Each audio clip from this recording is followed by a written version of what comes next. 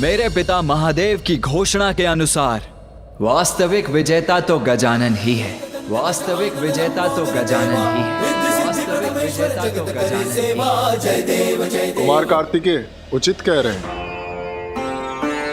गजानन ने बल और बुद्धि दोनों का उपयोग किया। हाँ कुमार कार्तिकेय, गजानन ने ही अपनी चतुराई से हम सबको प्रत्येक संकट से मुक्ति दिलाई। इसलिए गजानन ही सर्वथा योग्य हैं। हाँ कुमार कार्तिकेय, आप उचित कह रहे हैं। जिन विघ्नहर्ता ने अपनी चतुराई से, अपनी बुद्धि और बल के संयोग से हमारे मार्ग में आने वाले सारे संकटों से हमें मुक्ति दिलाई, केवल वो ही विजयी कहलाने योग्य है, और वो कोई और नहीं, देव गजानन है।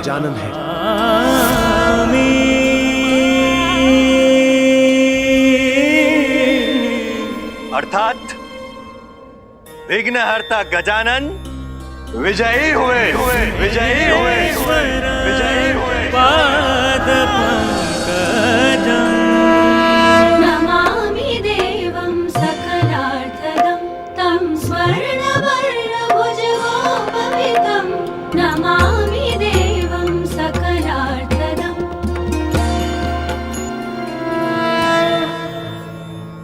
आज से पार्वती नंदन गजानन मात्र इसी नाम से नहीं जाने जाएंगे, उनको एक और नाम प्राप्त होगा।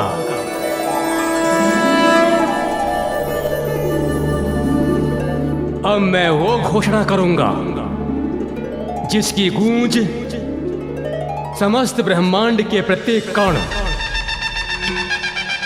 और जगत के प्रत्येक गण तक पहुंचनी चाहिए।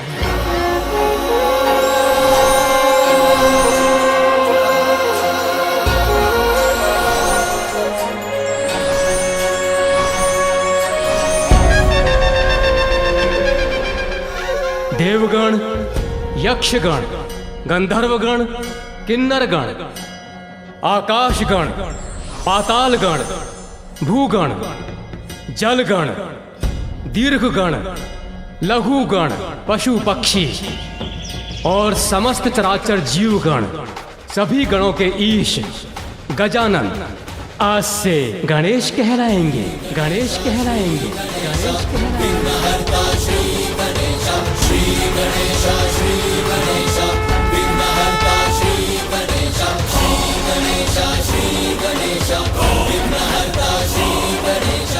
धर्म का पालन करने वालों के लिए विघ्नहर्ता और दुष्ट अधर्मियों के लिए विघ्नकर्ता होंगे गणेश।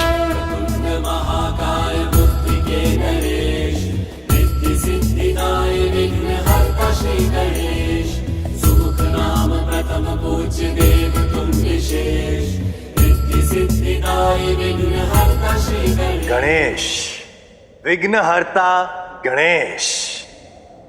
इसलिए आज से एक नवीन विधान का भी निर्माण होता है कि किसी भी शुभ कार्य के प्रारंभ से पूर्व की जाने वाली पूजा में सर्वप्रथम विघ्नहर्ता गणेश की पूजा अनिवार्य होगी। विघ्नेश्वराय वरदाय सुरप्रियाय लंबोदराय सकलाय जगद्धिताय। जो कार्य प्रथम पूज्य गणेश की अर्चना से प्रारंभ होगा वो अवश्य पूर्ण होगा।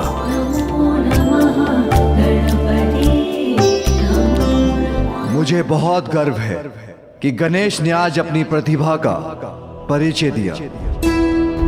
देवताओं के साथ साथ संपूर्ण जगत की भलाई का कठिन दायित्व भी स्वीकार किया। विघ्नहर्ता प्रथम पूज्य श्री गणेश की, विघ्नहर्ता प्रथम पूज्य श्री गणेश की, विघ्नहर्ता प्रथम पूज्य श्री गणेश की, विघ्नहर्ता प्रथम पूज्य श्री गणेश की।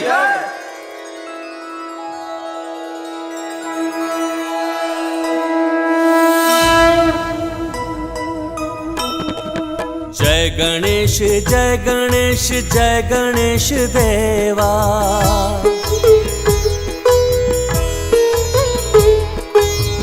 माता जाकी पार्वती पिता महादेवा। सिंदूरा से जगत को मुक्ति दिलाए, सिंदूर बदन नाम तब से तुम पाए। कामना प्रतीक मूस को तुम हराए, उपकार उस पे किए वाहन बनाए।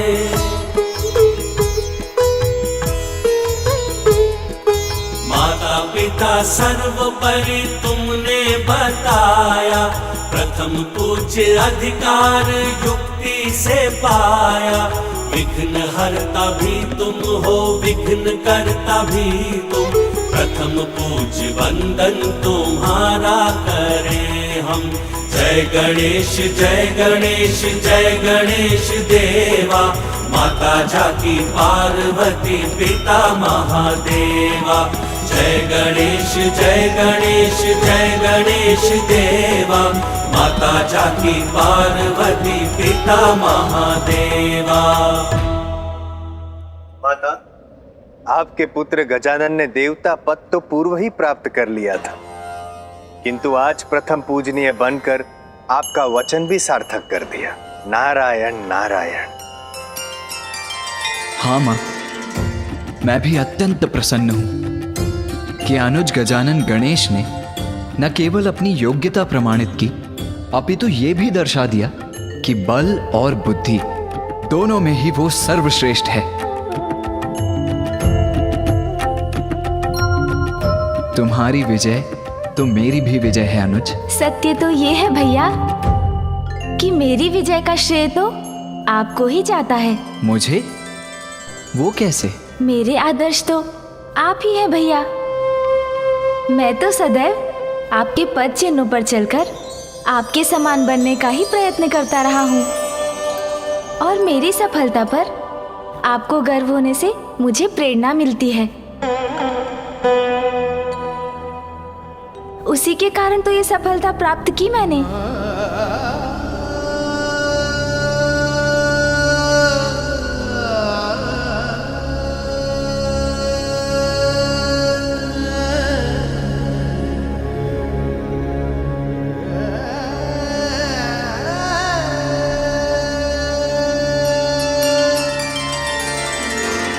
तुम दोनों भाइयों के बीच सम्मान और प्रेम सदा बना रहे, यही मेरी कामना है।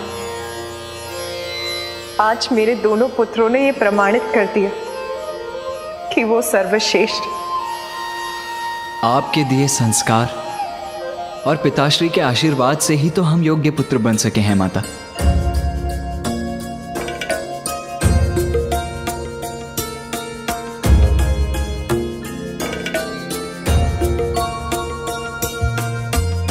कल्याण हो।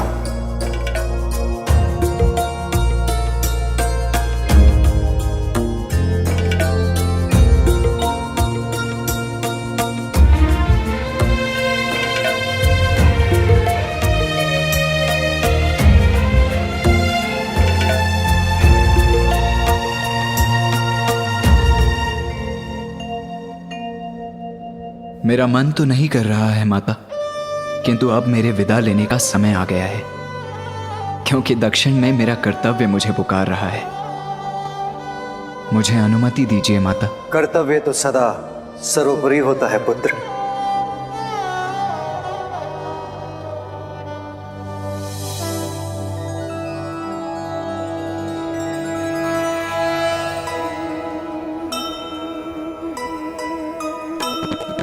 कार्तिकेय प्रस्थान की घड़ी है आई,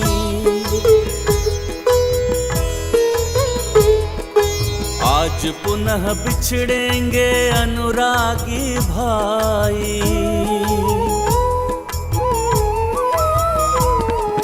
सुमुख अब अनिवार्य है विदाई देना, भावुक हृदय अश्रुपूरित है नैना।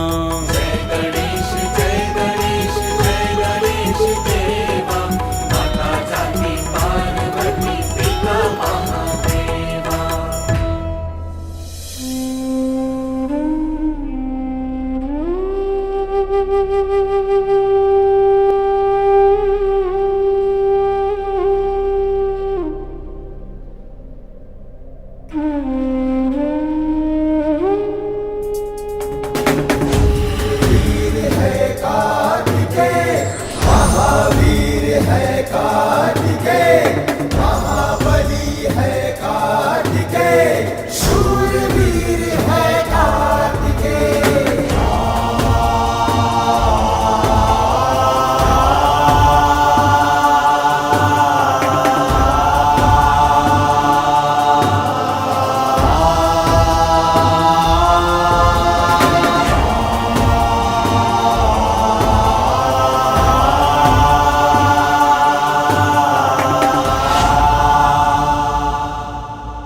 पूज्य देवता गणेश, आपके साथ इस अद्भुत यात्रा में हमें बहुत सारी सीख मिली। अब हमें प्रस्थान करने की अनुमति दीजिए प्रभु। इस यात्रा में आप सभी के साथ रहना तो मेरा सौभाग्य था देवराज।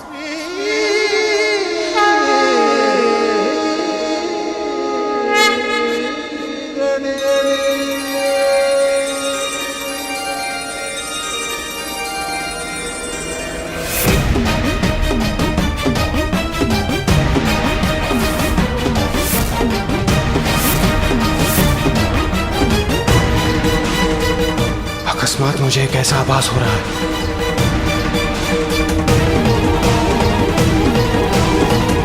इंद्रदेव इस प्रकार लड़खड़ाए क्यों? क्या हुआ देवराज इंद्र? आप कुशल तो है ना?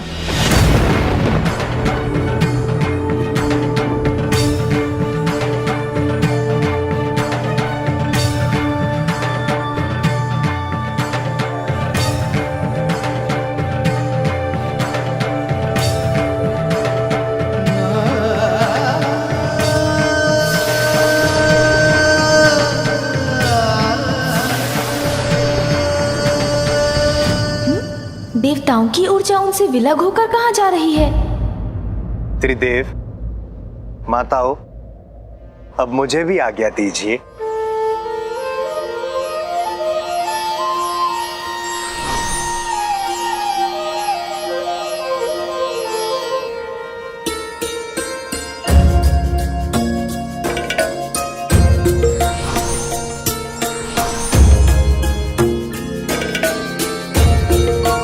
माँ, जो मैंने अभी देखा, क्या वो आपको भी दिखाई दिया? नहीं पुत्र, मैंने तो कुछ भी नहीं देखा। यदि माता का ध्यान उस पर नहीं गया तो उन्हें व्यर्थ चिंतित करने का कोई लाभ नहीं। ये क्या था? जब मुझे पूर्ण रूप से ज्ञात हो जाएगा तभी बताऊंगा उन्हें। पुत्र, प्रतीत होता है तुम बहुत थक गए। तुम्हें विश्राम करने की आवश्यकता है।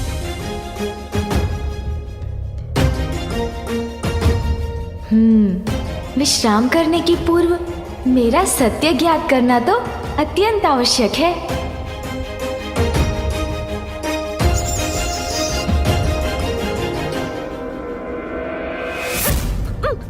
अरे, ये अकस्मात कंपन कैसा था?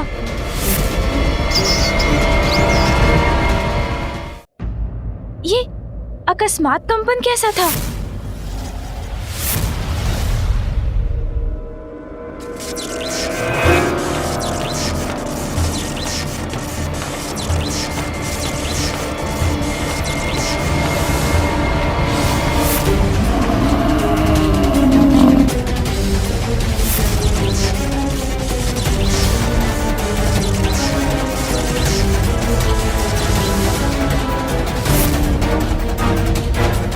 ये अकस्मात क्या हो रहा है?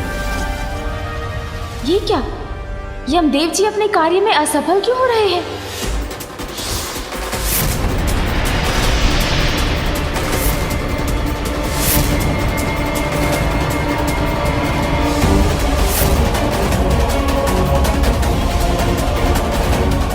वायुदेव भी अपने कार्य में असफल हो रहे हैं।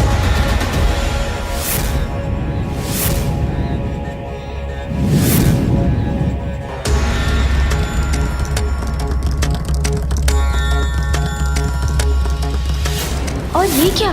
अग्निदेव की शक्ति भी कार्य नहीं कर रही।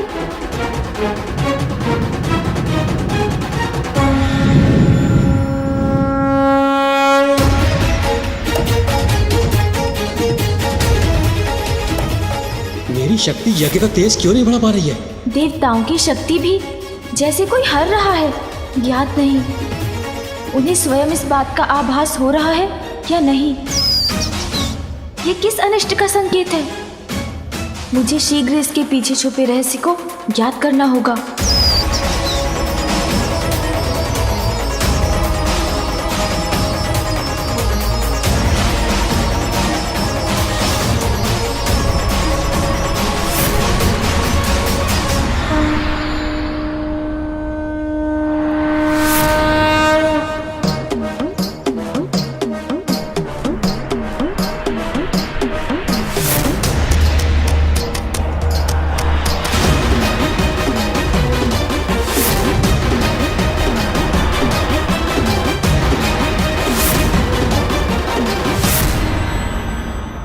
कुछ तो अनुचित अवश्य है। प्रतीत होता है जैसे सृष्टि के समस्त तत्वों को कोई सोख कर उनकी शक्ति को क्षीण कर रहा है।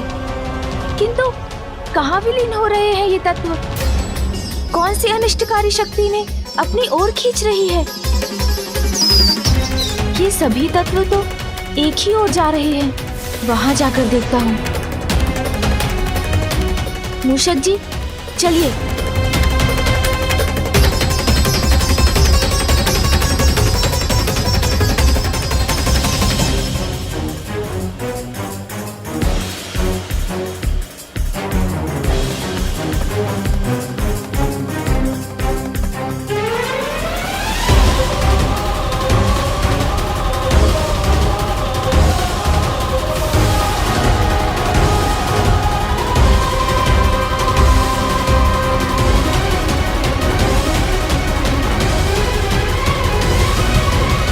कौन है जो महासंकट का षड्यंत्र रच रहा है? मुझे शीघ्र ज्ञात कर रोकना होगा उसे।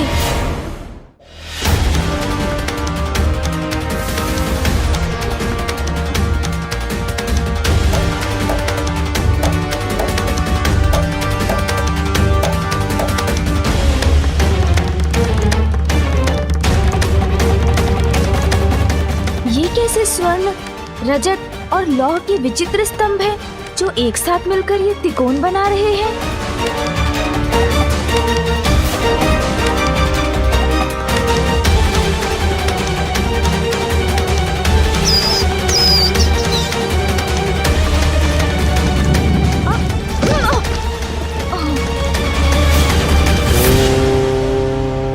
नमः शिवाय। मुझे ऐसा क्यों प्रतीत हुआ जैसे पिताश्री के मंत्रों की शक्ति ने ही मुझे वहां प्रवेश करने से रोक दिया? ओम नमः शिवाय। क्या सत्य में पिताश्री महादेव के मंत्रों का जाप हो रहा है यहाँ? कौन है जो इन मंत्रों की शक्ति से मुझे वहां जाने से रोक रहा है? और इसके पीछे उसका क्या उद्देश्य है? जो भी है, ये तो किसी महासंकट का ही संकेत है।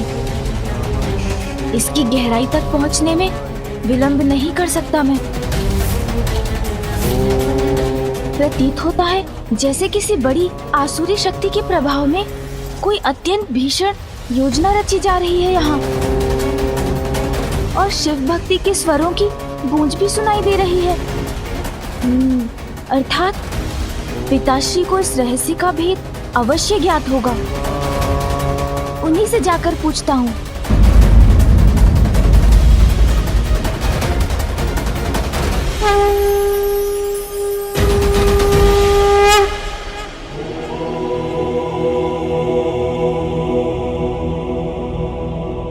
पिताश्री के ध्यान में व्यवधान डालकर सृष्टि का अहित नहीं होने दे सकता, किंतु सृष्टि यदि इसी प्रकार पंच तत्वों से रहित होती रही तब तो संपूर्ण जीवन का अहित होगा। फिर तो मुझे ही शीघ्र इस संकट से उबरने का उपाय ढूंढना होगा।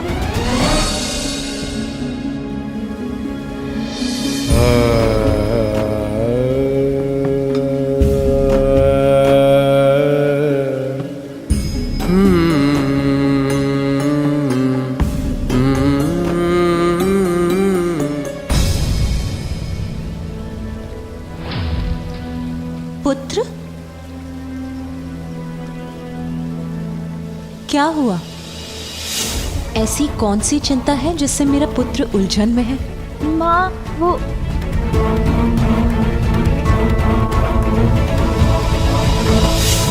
मन में जो भी है वो कहने से, किसी अन्य के साथ अपनी समस्या को साझा करने से समाधान सरल हो जाता है पुत्र। माँ, कुछ समय पूर्व मुझे एक रहस्यमय अनुभव हुआ। अंतरिक्ष में एक विचित्र त्रिकोणाकार स्थान है जिसके निकट जाने के मेरे प्रयास को किसी दिव्य मांत्रिक शक्ति ने विफल कर दिया।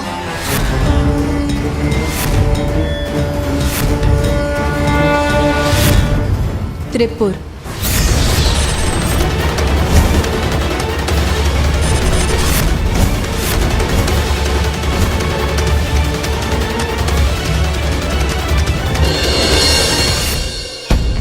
पद के साथ व्यक्ति का दायित्व और भी बढ़ जाता है। इसलिए हमें पद की गरिमा और दायित्व के प्रति सजग रहना चाहिए।